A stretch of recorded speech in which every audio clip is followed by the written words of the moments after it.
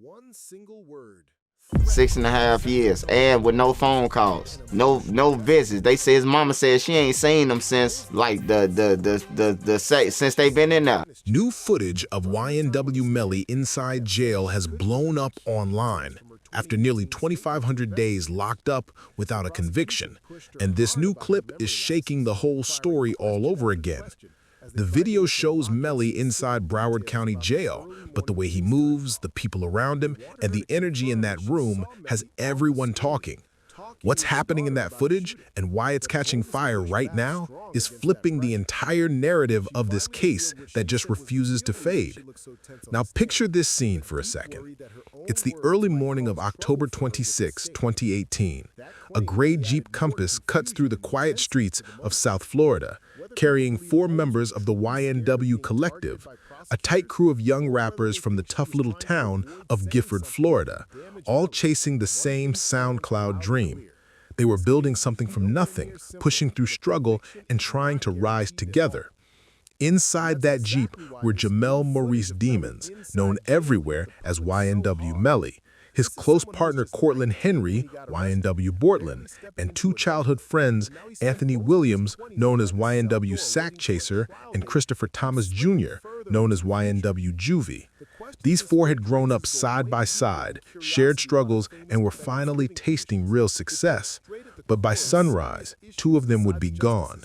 Their bodies hit with bullets, their futures cut short, and the whole movement shattered forever. According to prosecutors, what they believe happened next was a shocking act of betrayal that still stuns people today. They claim Melly, sitting in the rear driver's side seat, turned a gun on his own friends, the same brothers who built this collective with him from scratch, the ones who shared the talent, the grind, and the dream. The idea alone shook the entire music world. And here's the twist that prosecutors say makes the story even darker. After the shooting, instead of calling for help right away, they say Melly and Bortland didn't dial 911 immediately. This detail has fueled years of debate, countless theories, and nonstop controversy, and now this new footage is throwing the whole situation into chaos again. Prosecutors say Melly and Bortland didn't race to get help, didn't break down, and didn't scream for their friends who were fighting for their lives. Instead, they allegedly flipped the whole scene to look like a random drive-by attack. They're accused of driving that bullet-torn Jeep deep into a lonely stretch near the Everglades, down a dead-end road by a recycling spot where the darkness swallowed everything. No light shining on them, no witnesses watching, nothing. But that heavy, silent Florida night as they supposedly fired more shots from outside the car to fake a hit from unknown attackers. Hours later, at exactly 4:35 a.m., Bortland pulled up to Memorial Miramar Hospital with the wounded men and delivered a dramatic story about a sudden drive-by shooting that came out of nowhere. But detectives on scene weren't convinced for even a second. These investigators had seen too much in their careers, and something about his story didn't sit right. So they moved methodically down Miramar Parkway, the spot where Bortland claimed the shooting went down, searching every inch of that long, empty stretch. They walked shoulder to shoulder for over an hour, scanning the pavement, checking the curbs, and inspecting every bit of that road, and they found absolutely nothing. No shell casings scattered around, no broken glass, no marks from stray bullets, not one shred of evidence to support a drive-by. And once detectives pulled surveillance footage from the studio the group had left earlier that night, everything fell apart even faster. The video didn't show just 2 people leaving in that Jeep, it showed 4. And Jamel Demons was clearly sitting in the rear driver's side seat. That single detail hit the investigation with serious weight. Then came the forensic analysis, and this part is what prosecutors point to as the most devastating evidence yet. Medical examiners said the fatal shots to both victims came from inside the Jeep, not outside, and the angles told a chilling story. They claimed the bullets traveled from the rear driver's side passenger seat, the exact spot where Melly was seen, moving outward toward the passenger side where the victims were sitting. And what makes it even more intense is how those wounds lined up perfectly with that interior shooting theory. Forensic teams said they discovered stippling on one of the victims, tiny burns and unburned gunpowder that only show up when a gun is fired extremely close, just a few feet away. That detail pushed investigators to believe the shots came from inside the Jeep, not some mystery shooter driving past in the dark. Then prosecutors introduced something they described as close to a confession. Right after the incident, someone messaged Melly on Instagram asking if he was all right after hearing about the violent situation that went down. According to the state, Melly replied with 3 words they considered deeply incriminating, words they claimed pointed straight towards involvement. That message became one of the most talked about pieces of evidence in the entire case. The car is traveling westbound on Memorial Parkway, then goes north on 172nd and shows up at the hospital. The drive-by is completely and utterly false. But here's where things twist in a way that makes everything way less simple than prosecutors make it sound. Even with all this evidence, the forensics, the phone data, the messages, Melly's first trial in 2023 didn't end with a conviction. Instead, the jury split, and the final count reportedly landed at 9-3 in favor of acquittal on the biggest charges. That shocked a lot of people following the trial. Just think about that for a second. The state put everything on the table, walked the jury through every piece of tracking data, broke down each forensic detail, highlighted that Instagram message, and even then, most of the jury still wasn't ready to say guilty beyond a reasonable doubt. That kind of division left Melly stuck in a strange legal freeze that has dragged on far longer than anyone expected. At this point, he's been incarcerated for over 2,400 days, almost 7 full years with no conviction at all. His retrial was originally set for September 2025, but it got pushed back to January 2027 because both sides keep battling in court over what evidence should be allowed. The delays have turned this case into one of the longest and most unpredictable situations the music world has ever seen. And just when people thought this case couldn't get more dramatic or tangled, everything shifted in September 2025. A new decision dropped that stunned everybody watching, a plea deal announcement that took the entire legal world by surprise. September 9th, 2025. Remember that date because it flipped the entire case upside down in one single morning. Just one day before YNW Bortland was set to start jury selection for his own murder trial, a trial that could have locked him away for the rest of his life, he walked into a Broward County courtroom and made a move that shocked the hip-hop scene and the legal world all at once. The reaction was instant, and people couldn't believe what they were hearing. To understand how wild this moment really was, you gotta see the pressure he was under. Before this deal landed on the table, Cortland Henry was staring down multiple life sentences stacked on top of each other. We're talking life in Florida State Prison, then another life, then another, plus an extra 75 years on top of all that. If a jury found him guilty, he was basically looking at spending every single remaining day of his life behind a prison gate. No chance at a normal future at all. But with one signature and a short statement in that courtroom, everything about his fate changed instantly. The murder charges, both counts of first-degree murder with a firearm, were completely dropped, gone, erased from the case. In return for giving up his right to go to trial, Bortland entered a no-contest plea to 2 accessory after-the-fact charges and 1 count of witness tampering. His new sentence? 10 years in prison followed by 6 years of supervised probation with full credit for the time he had already served. Since he had already been locked up for about 4.5 years, this deal meant he could walk free around 2032, a massive difference from spending his entire life behind bars. That shift was so dramatic that people in the hallway outside the courtroom couldn't stop whispering about it. Even the judge seemed taken aback by how unexpected and carefully negotiated this deal was. His comments to Bortland right after accepting the plea made it clear that this wasn't some ordinary courtroom moment. This was rare, surprising, and undeniably powerful.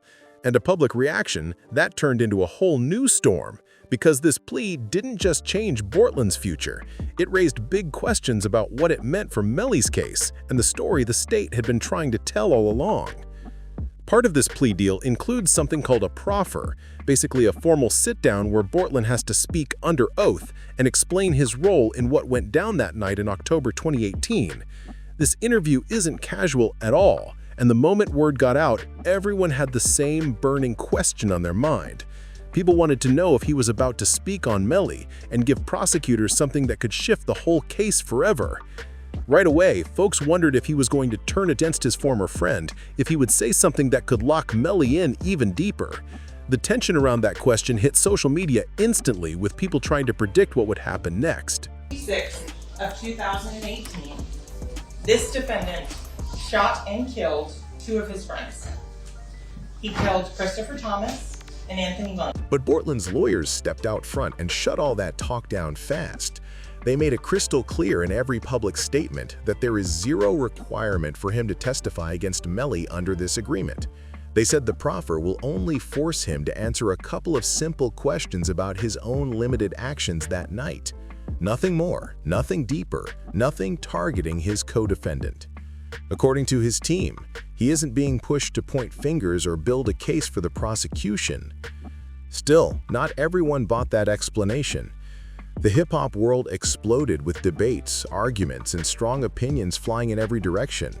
Some people instantly labeled Bortland a snitch before he even walked into the proffer room. Others argued that taking a plea to avoid spending the rest of your life behind bars doesn't automatically make someone a traitor, especially when the agreement doesn't require any testimony against the other person involved.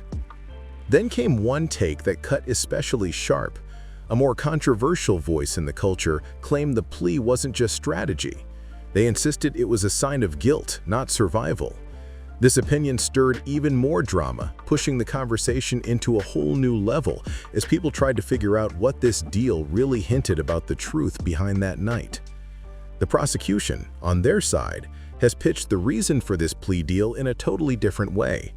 They said they didn't have enough solid proof showing Bortland was actually a main actor in the shootings themselves.